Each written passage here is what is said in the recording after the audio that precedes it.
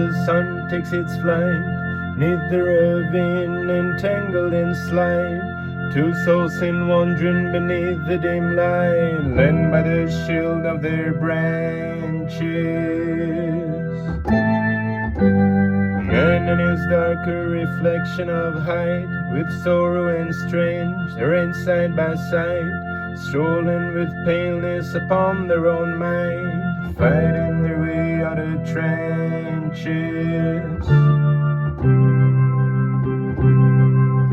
And a smile found its way to a little boy's dial, as he nearly shouted on their peerless smile, "Denny, it found us so sweet and so rile, the creak of our break and our holler."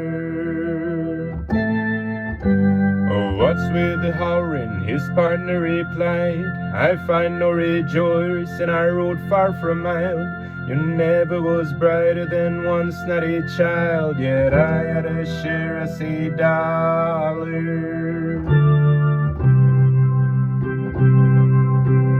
Seated along the said Jerry's side, they sang in the water as swans left to fly, washed by discovery to men quenched the dry, and stayed on the scene within moonlight. The darkness of landscape fell upon the men, with shivery bellies they took out the can, in hope to get fed. Their meal was a dram, and as Danny ranted, the little boy cried, "Denny, hey Denny," he wept through the tears, "we've come many roads and conquered our fears, and if this cold land would offer us dears, I swear I won't swallow ye bite. What is your goddamn point to refuse the meal we can kill, nor steal or just lose? If we lived off feta, you could even choose.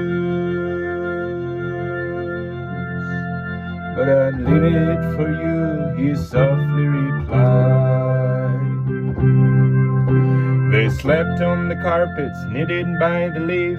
The cold night grew bigger, but they shared some relief, singing, delivering the boys from their grief, their next day to vow to be brighter.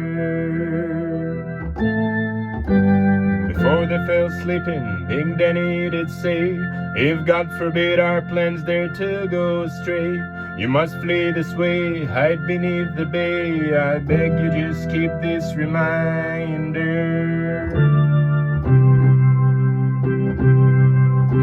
The early soft sunbeam brought them on their feet, returning to search for the swords that'll feed.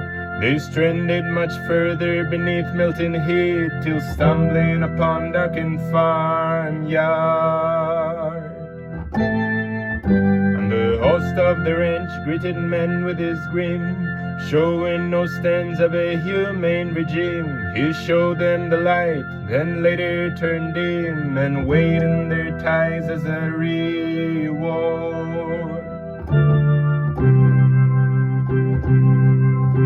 The days passed on by, the work it did boil, as one pleasant lady stepped onto the soil. Unbothered before, two boys broke the moil, but Jerry stood nothing but petrified. The pretty young lady brought nothing but loss. She happened to fall as a child of the boss, causing the chaos, hanged on the cross. She troubled two boys for the reason she died. Let go of that snake, Big Danny did scream, as if tragic future he could have foreseen. You're one hella jinx, don't you even dream of saving the child of the darkness.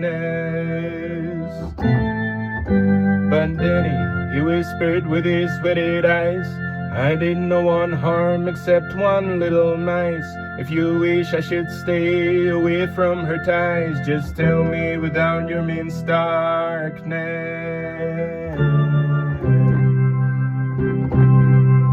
And though Sunday stood sunny, dark clouds paved their path, No one on the farm sensed the upcoming death. Looking no further, their own swollen breath, they swam in the break from the labor. As Jerry alone swam in tears in the shed, locked in his sorrow for troubles he led. I've done any harm, I was nothing but bad. If I die, I might do him a favor.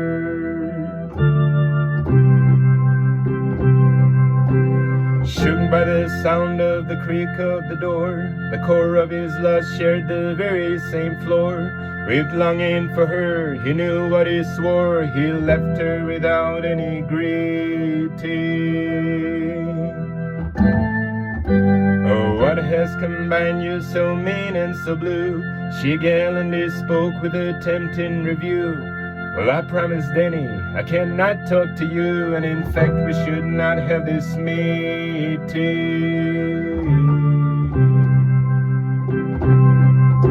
The hell with your Denny, Lord, is he your God? How come he is praised with your highest regard? Growing in gold, I did not ask a lot, just love and be loved by his soul. I'm saddened to know that I never knew he moved a little closer to her tempting view, sharing the shelter of pain all anew. Jerry soon lost all control. The clothes they once wore did melt from the heat as Jerry was stroking her hair with a treat. Their vows and their aches seemed to mean their defeat, till sweetness returned with a hammer. Jerry turned ruthless, driven by the thirst. The hands at her throat made him say he was cursed. Laying her body in fears of the worst, he fled to the bay where started his end.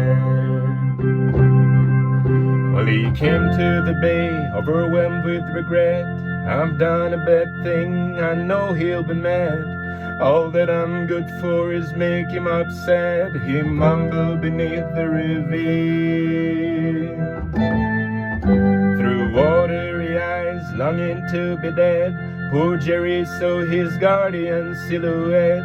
Afraid of the rage he knew he'd still get, he ran to repay for his sin.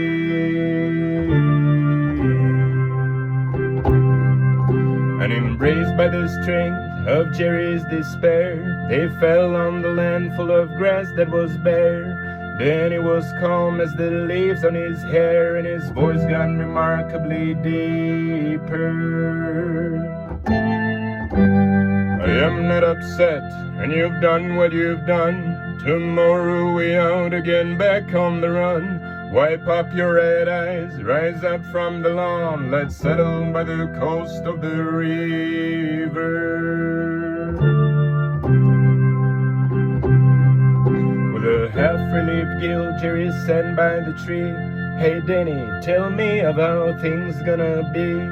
Tell me the story about you and me, the last time across the setting sun. Alright, started Denny, I'll tell you a tale, but so you can see it, look yonder the rail. He reached in his pocket, all shaky and pale, and at Jerry he pointed the gun.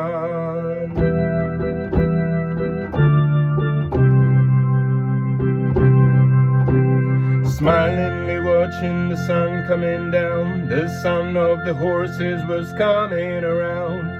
Denny hysterically triggered the gun, and his best friend Jerry fell dead on the ground.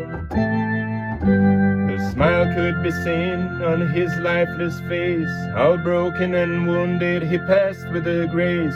Before Denny's own heart stopped keeping the pace, he heard Jerry's voice somewhere around.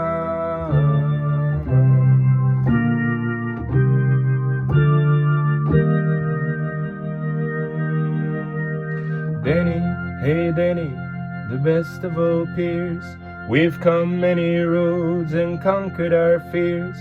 And if this cold land could offer us dears, I swear I won't swallow a bite. Hell, what is your goddamn point to refuse the meal we can't kill nor steal or produce? If we lived off feta, you know you would choose.